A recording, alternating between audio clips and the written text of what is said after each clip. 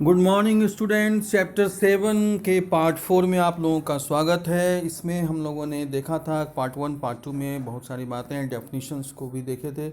और यहाँ इस चैप्टर का जो मुख्य बात था इसमें मैंने मुझे बताया था कि तंत्रिका कोशिका, जो तंत्रिका तंत्र की इकाई कोशिका है, यह मानव शरीर की सबसे लंबी कोशिका होती है। तो इसके बारे में याद रखना है, इसके चित्रों को भी ध्यान से रखना है। ये द्रुमिका है, ये तंत्रिकाक्ष है, ये केंद्रक है और इसके अलावा ये कोशिका का है। तो इन भागों को अच्छे से दिमाग में रखना है, प्रैक्टिस कर लेना है इस डायग्राम को बनाने का।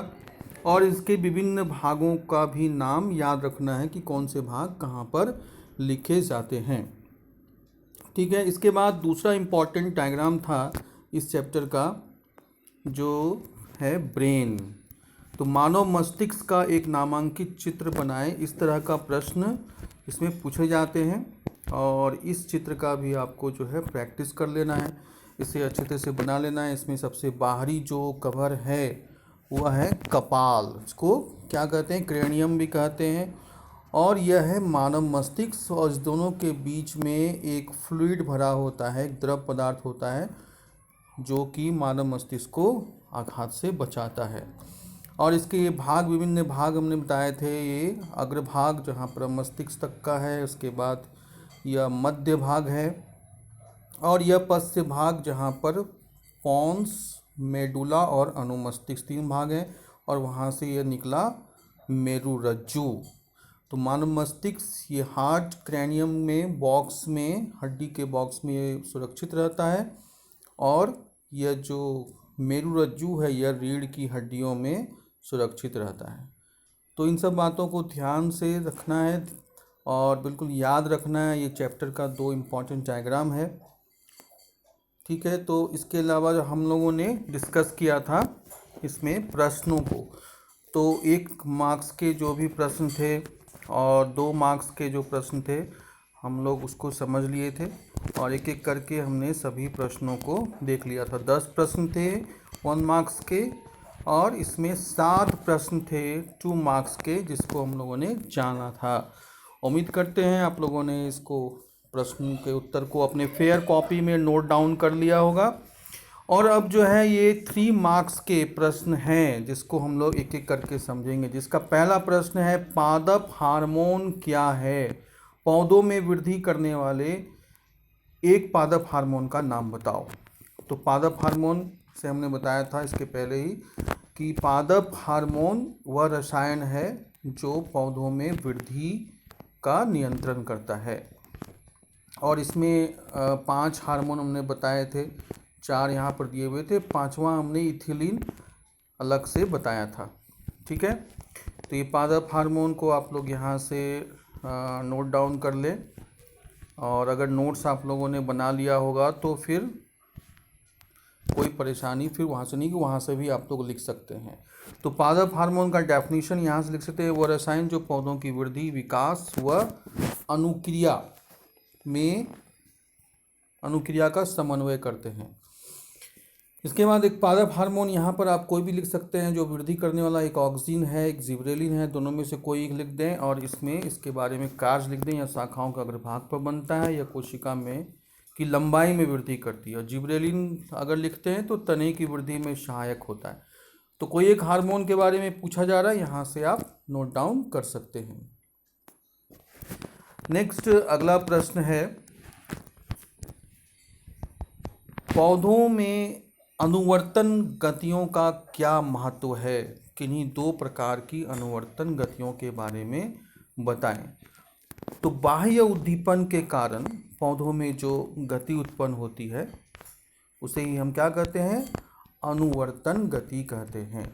यहाँ आप देखें, यहाँ से आप लोग लिख सकते हैं इसको, है ना, कि कोई 2 अनुवर्तन गति। तो एक तो यहाँ पर आप लोग लिख सकते हैं प्रकाशानुवर्तन, और दूसरा आप लोग लिख सकते हैं गुरुत्वानुवर्तन। ठीक है। तो इसके कार्य में आप लिख देंगे प्रकाशानुवर्तन प्रकाश की तरफ गति करता है, जैसे कि पौधे का तना। गुरुत्वानुवर्तन पृथ्वी की तरफ गति करता है, जैसे कि पौधे का मूल। ठीक है। तो इस प्रश्न के उत्तर में आप इतनी बातें को लिख सकते हैं। नेक्स्ट हम लोग देखें अगला प्रश्न, क्वेश्चन नंबर 3। यहाँ पर 4 दे दिया गया है गलती से, इसको आप लोग ठीक कर लेंगे। क्वेश्चन नंबर 3 है, हमारे शरीर में किस हार्मोन को आपातकालीन हार्मोन कहा जाता है? तो आपातकालीन हार्मोन वो हार्मोन होते हैं जो कि विशेष परिस्थिति में स्रावित होते हैं। जैसे कि अगर हृदय की धड़कन अचानक बढ़ जाए या फिर हमारा जो ब्लड प्रेशर है, रक्तचाप वो अचानक बढ़ जाए, तो वैसी परिस्थिति में ये आपातकालीन हार्मोन स्रावित होते हैं उसे नियंत्रण करने के लिए। तो वह उस हार्मोन का नाम है एड्रीनलिन। और ये कहाँ से स्रावित होता है? अधिवृक्क से, जो हमने बताया था कि किडनी के ठीक ऊपर यह स्थित होता है और यह बीपी, हृदय की धड़कन आदि का नियंत्रण करता है आपातकाल में। इसलिए आपातकालीन हार्मोन हो गया एड्रीनलिन। ठीक है। इसके बाद अगला प्रश्न है, हमारे शरीर में ग्राही कहाँ पर अवस्थित हैं, उसके क्या कार्य हैं? तो ग्राही हम जानते हैं कि तंत्रिका कोशिका के अग्रसिरे पर होता है और वहाँ से वह सूचनाओं का ग्रहण करके वह दूसरे तंत्रिका कोशिका को पहुँचाता है और यह ग्रहण होता है जो हमारे सेंसरी ऑर्गन्स होते हैं उसके द्वारा। और सेंसरी ऑर्गन्स में हमने बताया भी था कि ये सेंसरी ऑर्गन्स जो होते हैं कान, आँख, त्वचा और जीभ, नाक, ये सारे सेंसरी ऑर्गन्स हैं। तो ग्राही, तो इस प्रश्न के उत्तर में आप लोग यहाँ से नोट डाउन कर सकते हैं कि ग्राही तंत्रिका कोशिका के विशिष्टीकृत सिरे होते हैं जो वातावरण से सूचनाओं का पता लगाते हैं और ये ग्राही हमारे ज्ञानेंद्रियों में स्थित होते हैं। जैसे कि कान, आँख। अब कान के बारे में भी कार्य आप लिख दें, कान जैसे सुनना और शरीर का संतुलन बनाना। आँख प्रकाशग्राही और देखने में हेल्प करता है। तो 2 उदाहरण आप यहाँ दे सकते हैं। वैसे यहाँ पर 5 उदाहरण आपके दिए हुए हैं। त्वचा तापग्राही, गर्म ठंडा का महसूस करना, स्पर्श का अनुभव करना, ये सारी बातें। ठीक है। इसके बाद हम लोग अगले प्रश्न को देखें। इसके बाद क्या है, तो इन सारे प्रश्नों के उत्तर जो आपने अगर इस चैप्टर के नोट्स बनाए होंगे तो उसका आसानी से आप इसको लिख सकते हैं। इसके बाद है हमारे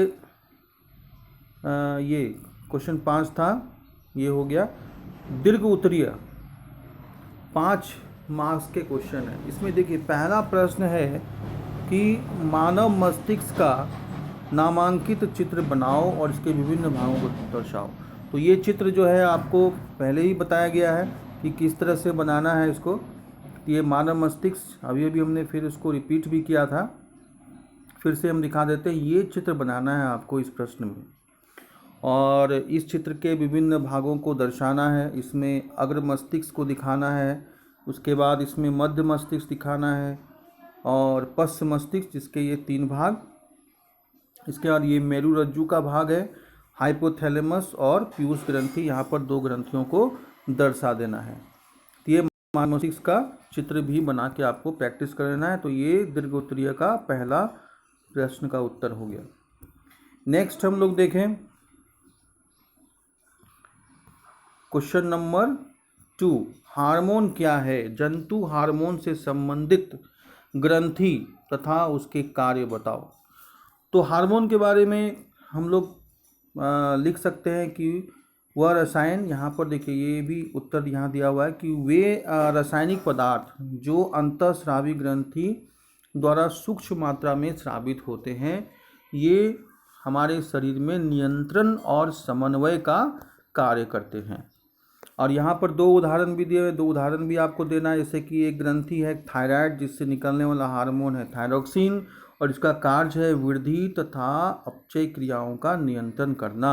और दूसरा ग्रंथि का नाम है अग्नाशय और इससे स्रावित होने वाला हार्मोन है इंसुलिन और इसका कार्य है रक्त में शर्करा की मात्रा का नियंत्रण करना। और इसी की कमी से क्या होती है? मधुमेह नामक बीमारी होती है। ठीक है। उसके बाद हम लोग अगला प्रश्न यहाँ पर देखें, पुनर्भरण क्रियाविधि क्या है, एक उदाहरण की सहायता से समझाओ। तो पुनर्भरण क्या है, ये जो कोई भी हार्मोन संतुलित मात्रा में और सही समय पर निकलती है, मतलब हार्मोन का सही समय और सही मात्रा में स्राव को नियंत्रित करना पुनर्भरण क्रियाविधि कहलाती है। अब एक उदाहरण भी देना है, तो उदाहरण में आप देख सकते हैं कि रक्त में शर्करा की मात्रा जब बढ़ जाती है तो यह सूचना अग्नाशय को जाती है और इंसुलिन की अधिक मात्रा का स्रावित होना।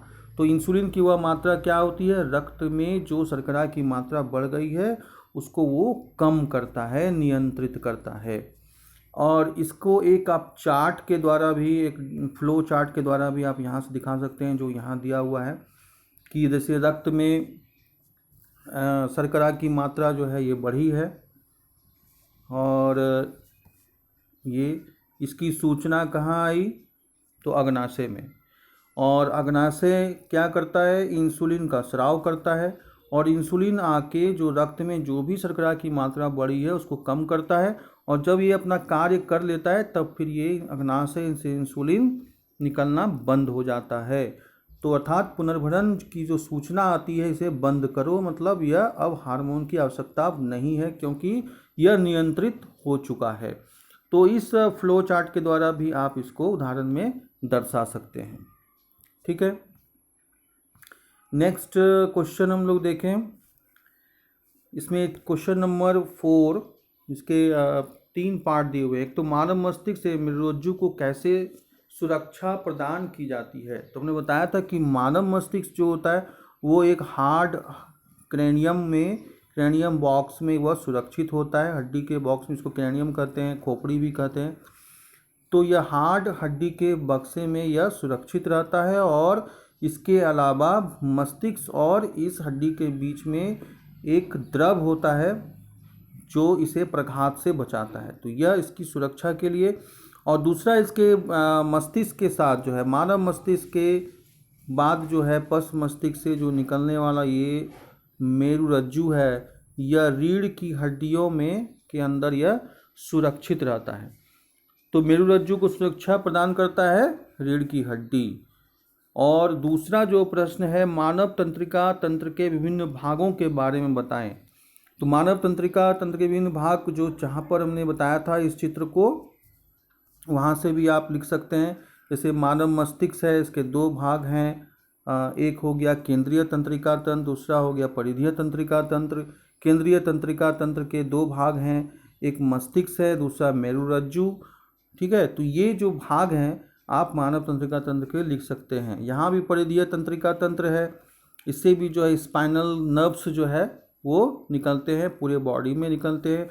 और एक मस्तिष्क तंत्रिका तंत्र से निकलने वाले क्रैनियल नर्व्स हैं, स्पाइनल नर्व्स हैं। तो ये आप जो है फ्लो चार्ट हम आपको यहाँ पर फिर से दिखा देते हैं और इसको आप लोग यहाँ से इसके बारे में नोट डाउन यहाँ कर सकते हैं।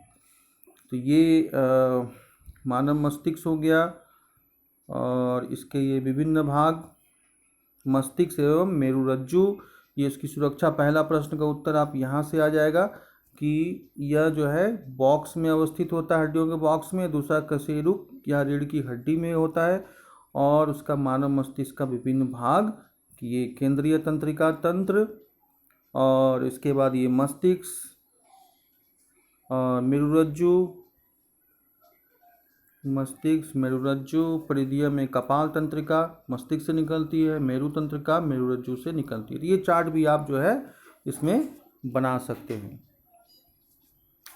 ठीक है। अब यहाँ भी शॉर्ट में आपको यहाँ से भी आप इसको संक्षेप में लिख सकते हैं। ये देखिए क्वेश्चन नंबर 4 का, मस्तिष्क खोपड़ी में सुरक्षित होता है और मेरुरज्जु कशेरुक दंड में। यही कशेरुक दंड ही रीढ़ की हड्डियाँ होती हैं। और मानव मस्तिष्क का भाग मस्तिष्क, मेरुरज्जु, तंत्रिका तंत्र, जिसको हमने अभी चार्ट के द्वारा दिखाया। इसके बाद तंत्रिका तंत्र की सीमाओं के बारे में बताएं। तो तंत्रिका तंत्र की अपनी सीमाएं होती हैं। एक तंत्रिका तंत्र से जब कोई आवेग उत्पन्न होता है तो फिर दूसरा आवेग उत्पन्न होने में कुछ समय लगता है, और इस बीच जो है वो रसायनानुवर्तन द्वारा यह क्रिया होती है। तो यहाँ पर इसको आप लोग यहाँ से देखें, सीमाएं, ठीक है, कि विद्युत संकेत या तंत्रिका तंत्र की सीमाएं क्या हैं। तो विद्युत संवेग केवल उन कोशिकाओं तक पहुंच सकता है जो तंत्रिका तंत्र से जुड़ी होती हैं। उसके बाद है, एक बार विद्युत आवेग उत्पन्न करने के बाद कोशिका नया आवेग उत्पन्न करने से पहले अपनी कार्यविधि सुचारू करने के लिए समय लेती है, अतः कोशिका लगातार आवेग उत्पन्न नहीं कर सकती, ये इसकी सीमा है। तो उसके बाद इसको आप पैराग्राफ चेंज करके एक लाइन आप यहाँ लिख देंगे कि विद्युत संचरण की सीमाओं को दूर करने के लिए रसायन संचरण का उपयोग शुरू होता है। तो इतनी बातें आप लोग यहाँ पर इसमें लिख सकते हैं।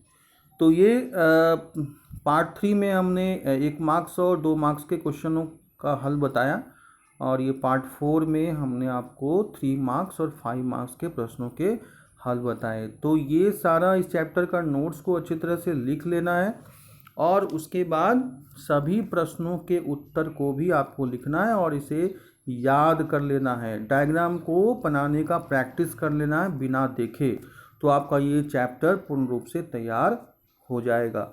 और इसमें जो भी एग्जामिनेशन में जो भी इससे संबंधित प्रश्न पूछे जाएंगे, आप इसका उत्तर आसानी से दे पाएंगे। तो हमने जो अभी तक केमिस्ट्री के 2 चैप्टर फर्स्ट सेकेंड और फिर बायो के चैप्टर 6 और चैप्टर 7 को बताया, और उम्मीद करता हूँ आप चारों ही चैप्टर के नोट्स को बना लिए होंगे और उसे अच्छी तरह से आप याद कर लें। स्कूल खुलने पर हम उसका चेक भी करेंगे और क्लास टेस्ट भी लेंगे।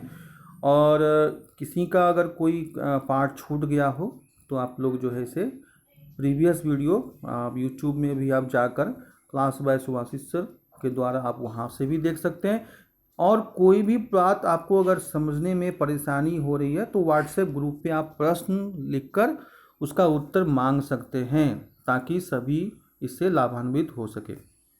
और इसके अलावा आपको और भी कुछ अगर इससे जानना हो, कोई वीडियो इसके बारे में फिर से आपको देखना हो, आपको मिल नहीं रहा हो, तो आप इससे इसका भी रिक्वेस्ट आप डाल सकते हैं, हम फिर से उसमें डाल देंगे। इसके अलावा आपको जो है डीजी ग्रुप से जो भी कंटेंट्स आपको मिले जाते हैं, यूट्यूब का लिंक्स दिया जाता है, डीजी ग्रुप से जो आपको कंटेंट्स भेजे जाते हैं उसे भी आपको देखना है। दूरदर्शन पर भी टाइमली इसमें प्रसारित किया जाता है, क्लासेस उसमें लिए जाते हैं 10 से 2 तक, वहाँ से भी आप देख सकते हैं। दूरदर्शन झारखंड, दूरदर्शन बिहार पर इस पे प्रसारित किया जाता है कार्यक्रम को, क्लास के बारे में, और सभी क्लासों के सभी विषयों की जानकारी उसमें दी जाती है। और आपको अगर कोई भी परेशानी होती है तो फिर आप क्वेश्चन यहाँ पर पूछ सकते हैं। तो ठीक है, तो ये 4 चैप्टर आप लोग पूर्ण रूप से तैयार कर लें साइंस में। बाकी मैथ्स और दूसरे विषयों में भी आप सभी शिक्षक क्लासेस आपको ले रहे हैं, आप बताया जा रहा है आपको, और तो उसका भी आप लोग नोट्स तैयार कर लें, ताकि आपको आने वाले एग्ज़ाम्स में कोई परेशानी नहीं हो। तो ठीक है, तो आप इसे तैयार कर लें, और फिर हम लोग अगले क्लास में फिर अगले नए चैप्टर के साथ फिर मिलेंगे। तब तक के लिए गुड बाय।